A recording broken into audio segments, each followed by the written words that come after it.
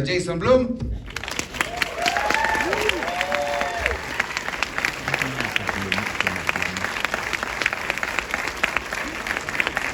This is a great crowd here. This is great. I'm going to take your guys' picture. I'm going to tweet you guys, all right? There we go. Excellent. I think you need to say exit now, though. Exit? No, Yes. Excellent. Hi, everybody. Pues vamos a hablar de... Primero vamos a comenzar hablando de la clásica de 1973, amigos. Después vamos a pasar ya a la nueva. Vamos a comenzar un poquito. How are you guys? You excited for the new film? Very excited. Excited to be here. It's awesome to be here, yeah. I wish I spoke Spanish. Don't worry about it. I think we're covered with that. So I wanted to begin by asking you about the original. I think a necessary question is, I mean, obviously we've all seen it. It's moved anyone who's a big fan of films and horror films. But can you remember your first time and what you felt?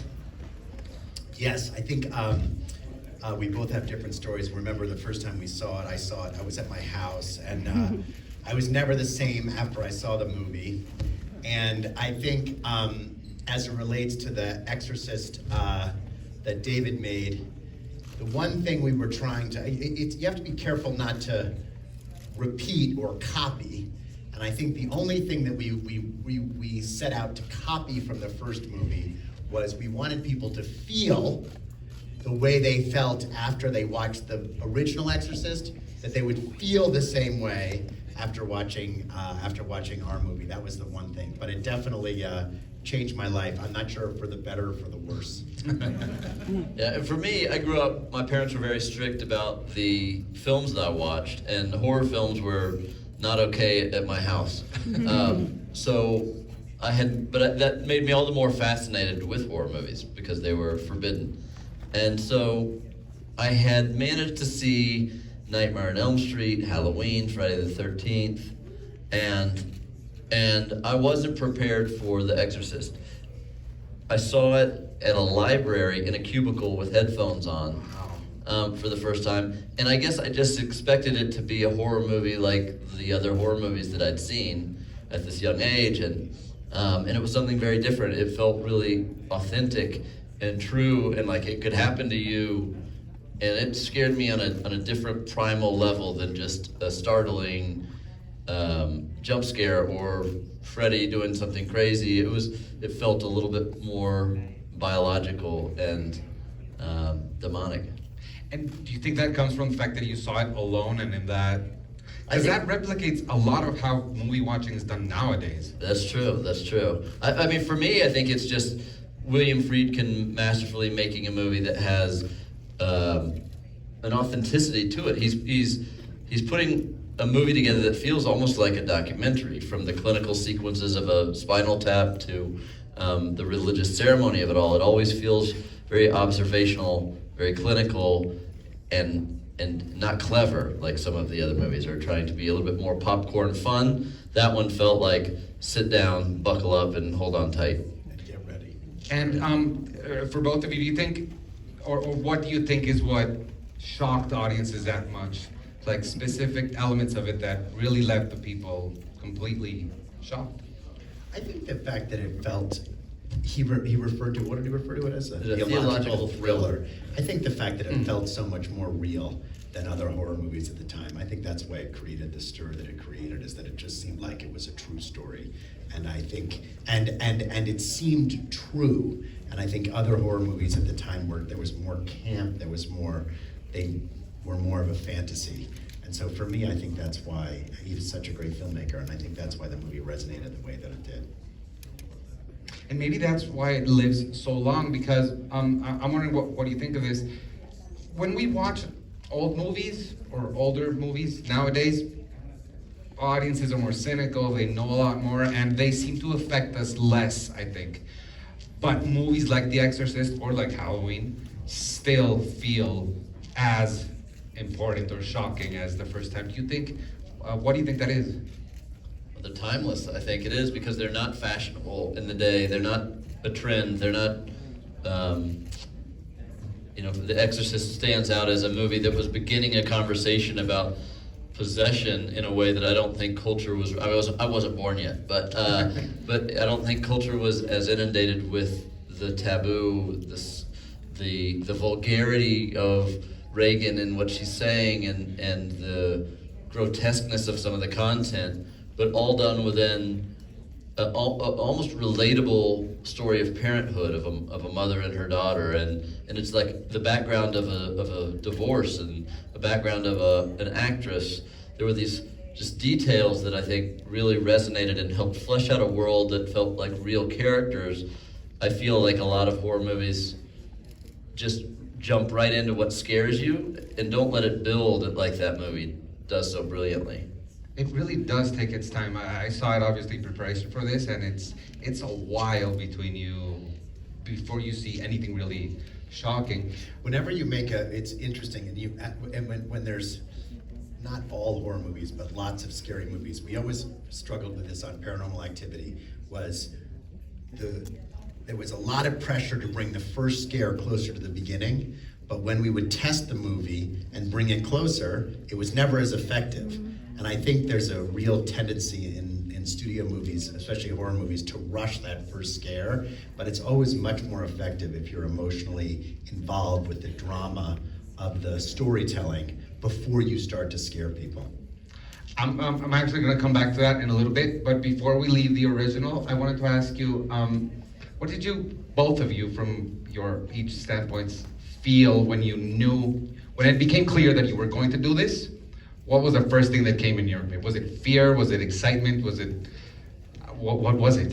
For me, it was excitement. Yeah, I just get pumped up. I mean, I'm just a huge movie freak, and if I'm 8 years old playing with my Star Wars figures and coming up with stories, or imagining what I'd do if I could make a Western someday. I mean, I still play these games, but now I get to play them with Ellen Burstyn and Jamie Lee Curtis. David is definitely braver than I am. It's daunting to take on what is largely considered the scariest movie of all time and kind of reinvent it. It's a very daunting thing. It's for the same reason it's great, it's also not great. It's great because everyone's heard of it, and it's terrible because everybody's heard of it. Everyone has their own expectation of what it should be.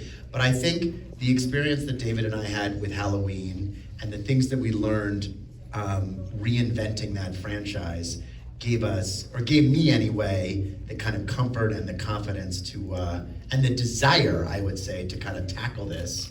And now I'm very glad that we did. Because you have to walk a very thin line between honoring the original, but also doing something new, because you don't want to just make a thinly veiled remake like we've seen many other franchises do. So how do you walk that line? How do you decide what? It's different with every movie. Even the Halloween movie was full of more.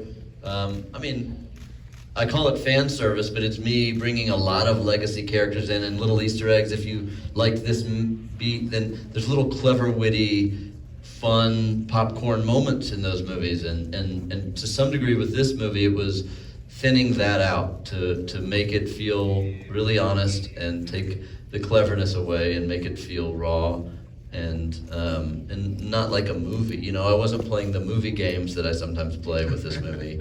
I was always saying, how would this be realistically attributed? Like anytime there is a doctor in the movie, it's a real doctor giving an exam and they're giving their own vernacular. I didn't write that, we just hire real doctors. Or outside of one character, every priest you see in the movie is a Catholic priest. Or the opening of the movie is a Haitian voodoo priestess giving a blessing. And those aren't things that I felt I needed to research in the way that I write them and then I put them in the Hollywood movie. It was, let's gain the trust of these communities, of these voices, of these characters, and integrate them authentically into what we're doing. Yeah, I think another way I agree completely with David, and I also think one of the things that we did with Halloween and we learned that really worked is when you're reimagining an iconic property, it's best to get the people who created the property, the original one, as many of them back as possible. So we got John Carpenter back, we got Jamie Lee Curtis back, in this case we got Ellen. And I think when you have the people who were involved in the original, when you have them in the mix as you're creating this new object, I think that's a big help. You're talking about long conversations. I imagine there must have been long conversations about what to do with this. I was wondering, could you tell us what your first decision was? Do you remember the first decision that you made of what, I don't know, creative decision, obviously? I think the first creative decision was to illustrate possession through a variety of religions, so that it wasn't just the traditional Catholic Roman rite that we've seen, but we'll use that and then we'll bring in other voices. So it was, how do we design it in a way where other religious perspectives, medical perspectives, clinical perspectives are integrated into our story. So where would you say the story began, the story arc for you guys as makers? Where did you begin? Because a lot of people begin with plots, some people begin with characters, or the scares that you need. Where would you say you began? I think it was with, it was a few decisions, saying, because I'm a father of twin 12-year-olds. I thought I wanted to have a father's perspective, kind of echoing what Chris McNeil did in the original. I was going to take a father's journey, which, as a writer, and my co-writer Pete Sattler, and he has daughters, we thought that would be more relatable. We could write an authentic version of the anxiety of parenthood, which a lot of I think what's effective about these movies is when there is something relatable about parenthood or adolescence or family, community, these things that you can relate to. I wanted it to feel of a place and a voice that I recognized. And so setting it in the South where I live and making it from a father's perspective, that's where we started, just thinking of how do you make it about a father struggling with understanding the mysteries of adolescence of their offspring. And what about, you spoke about bringing in people from the original. Did you have conversations with William Friedkin? We did, I did. I've known him, I met him about 10 years ago. I went up to his house and he talked to me about making The Exorcist and his career, and it was an amazing, I spent a couple hours with him. It was an incredible experience, and I've been in touch with him loosely. And when we took this on, he was like, he was really the first phone call that I made. And I'm pretty persuasive, and I tried everything I could, but he just really didn't. He just felt like he had done this, and he didn't want to touch it. And one of the things I'm sad about is he never got to see the movie. I wish he had gotten to see it, because I do actually think he would have liked it. But we tried and offered many times to include him, but he didn't want to do it. Include him. Can I ask how? As an executive producer. Okay. Like John Carpenter, like Right. John Carpenter in Halloween, and John was a great kind of ghost or godfather over the Halloween process. So I was hoping that Billy would do the same thing with this movie. I love two things about what you just said. The first is your sentence began with, I went to his house. And the second, that you call him Billy, is just amazing. So, but along those lines, I mean, you are dealing with these franchises that I know you grew up with, everyone grew up with, but now you are part of them. How does your mind not just explode? It's fun. I mean, it's amazing. It does. No, I feel incredibly lucky to have a body of work that has allowed me to, borrow the intellectual property that existed when I was young and try and put a new spin on it or a new take on it. So it's really lucky. I feel very lucky. If I could have told, my 20-year-old self, you told my 20-year-old self I was going to make the movie of The Exorcist, I wouldn't have believed it. And it's a thrilling, incredibly fun, creatively satisfying thing to do. And now staying along, bringing people back in, you're working with Ellen Burstyn. I mean, she's back in the franchise. What was the conversation with her like? Were there other? We don't want to spoil anything because they haven't seen it yet, but. Were there other ideas that she brought or that you pitched to her? How did you land on what she would do? It evolved a little bit. When I reached out to her initially, it was before I'd written the script, and I didn't have her. She wasn't ready to commit yet, so she wanted to read the script. So I kind of loosely pitched some ideas. She gave me some books that were meaningful to her to read that she thought might help my religious ambitions, which I thought was really cool. And since then, we have recommended books back and forth with each other, and that's really cool. And she has, in her life, since the success of the film of The Exorcist, a lot of people attribute her to the spiritual world. So, and her curiosity, that movie opened a lot of doors for her curiosity. So she's met gurus and spiritual leaders of the world in a way that I just ask her a lot of questions and learn from it. And I think when she did read the script, it was a lot more personally relatable to things that she thought, books that she pointed me to. Her influence, both consciously and subconsciously, worked into that character in a way that I think made it a lot easier for her to agree to come on board with us and be our guide. There's a question that I want to ask, but it's super spoilery, so I won't do it. So I'm just gonna move on. We did just show her the movie. We showed Ellen the movie, and she was she wrote both of us notes, and she loved it. She was very proud of it, which I think both of us were very happy, because in the beginning she was very tentative about whether or not she was going to do it or not. It was very hard to get her to agree to do it. So I was very pleased that she was proud of her work in the movie. And what was the mood like on set when she showed up that first day? It was like going to church. It was very quiet at first, and then she releases the tension and becomes playful, and then it turns into a celebration of the creative entities that we have on set.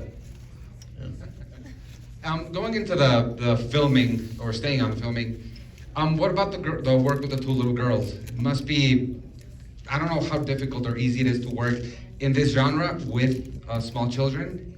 Well, it always has its challenges. These Lydia and Olivia, the young actresses in the film that are the possessed girls, are amazing. It was very clear from the first audition tapes they sent in that they had something special to offer, both instinct, intuition, their improvisation. But the challenges become, you've got limited hours because of the kids and the laws within the states of how long you can work with kids, but it's 2.5 hours to make a beautiful young girl look like that or that. It's 2.5 hours in the makeup chair, and then you have to send them to school, and so we have very short days with them. And if you don't have talent that has both the desire, the work ethic, the commitment to create this emotion, this expression in a very limited period of time. So we did a lot of rehearsal, and we had very supportive parents. One of the attributes of the movie that I'm really proud of is we have Linda Blair was a consultant on how to work with kids in a way that she could bring stories from the front lines of a demonic possession movie and her experience, and inform us what she wished she'd had or how we could have done it differently, and to bring a child psychologist on the set for some of the more difficult sequences. And so we went in there with all of the armor we could protect them and ourselves from what energy might be swarming in that room. So bringing in the psychologist, and you said you spoke to spiritual leaders, so there is a lot of, I mean, whether someone believes in actual possessions or not, there's a lot of reality in the making, just by virtue of you spoke to professionals in different areas. How does that shape the film itself?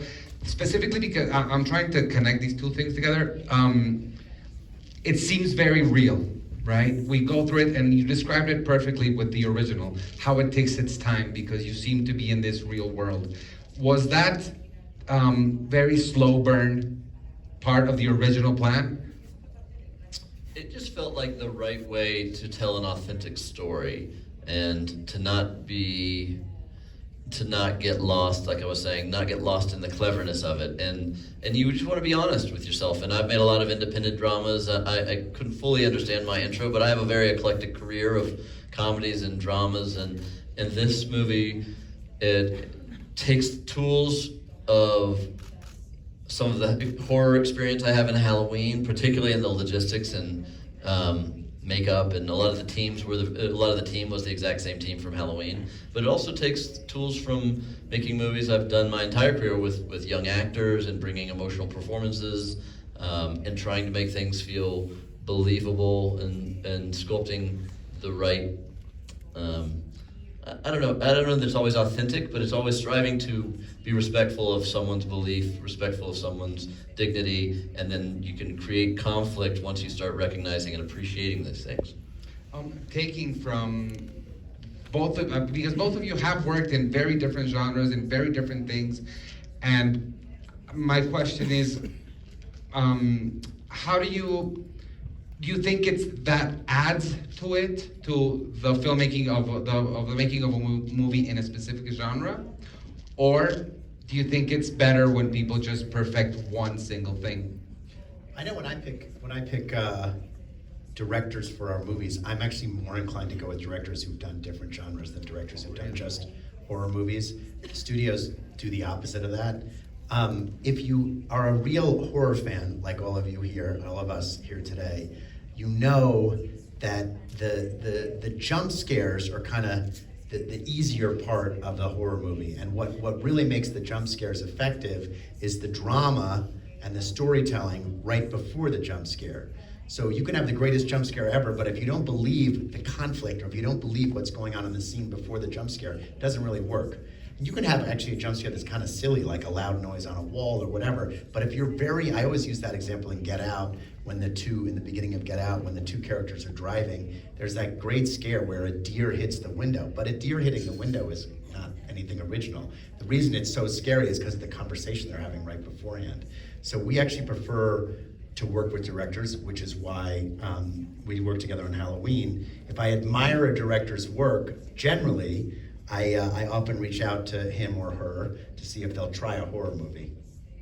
And also, I mean, Danny McBride writes in this as well, right? I mean, he's not a name you associate with horror usually. Well, I do. Yeah, Danny McBride is, many of you know him, but he and I went to college together, and he lived down the hall from me in film school.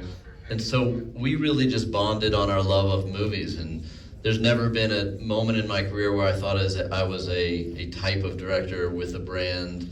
And he, as much as we associate him with comedy, he's read every novel. He's a vast intellectual. He just knows how to push the funny button really hard. And for me and him to come up with, take our sixth sense of humor and use it in our comedies, or some of our twisted neuroses, and put it into a more dramatically engineered or into the horror genre, that's just part of us continuing our film school enthusiasm. And we'll always be doing that. There's a lot of thought that goes into these movies. A lot of thought that maybe a lot of people wouldn't even think that goes into it. But there's another level, especially to horror, or science fiction, I guess, also does this, which is talking about the real world. You can talk about the real world through these fantastical things that are happening. At what point do you start having conversations about what this means? Or does it never happen and it's just something natural? Hopefully not till the very end. It's really not. I think when the movie's done, you start looking at each other and being like, wait a minute, there's some themes in here. What are we trying to say? I think if you do it the other way, you wind up with a college class. Yeah. If you start talking about, if you first sit down to make a movie and say, this is what I want to say, I shouldn't say it like that. If your conversation with your producer is this is what I want to say, chances are your movie will not be entertaining. If your conversation with your husband, with your partner, is this is what I want to say, that's an intimate, much more, that I get. But I really think you have to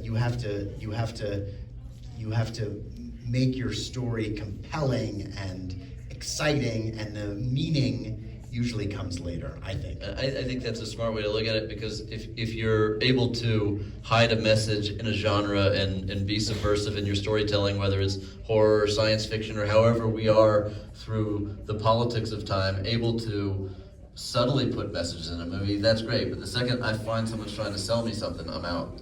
Yeah. I mean, but to your point, the reason I love horror so much is because it's a great way to tell very, very subversive, independent, not necessarily commercial stories. and get them seen by a really wide audience. You know, it's really the way to get a studio to release an independent movie is you make it a horror movie, which is kind of cool. Kind of like a Trojan horse. It's Yeah. a lot like a Trojan horse. But I do think that's a great way to see it, like the different hats that as a filmmaker you have to have. On the one hand, you need to talk to your producer as, what are we doing that is entertaining? And the other hand is also, you might have something to say, but maybe, leave it in the back It's burner. just, you know what? Everybody's here. We've got our popcorn. We've got our drinks. We lined up with each other. We want to celebrate a cinematic, artistic, a technical achievement, or at least see what's out there. And I just feel like I don't want to go just be oppressed and feel about the bleakness of the headlines and the world around me that I see every day when I wake up in the morning. I want to find a way to be entertained and have something to talk about after the movie makes it even that much more special. But I just not to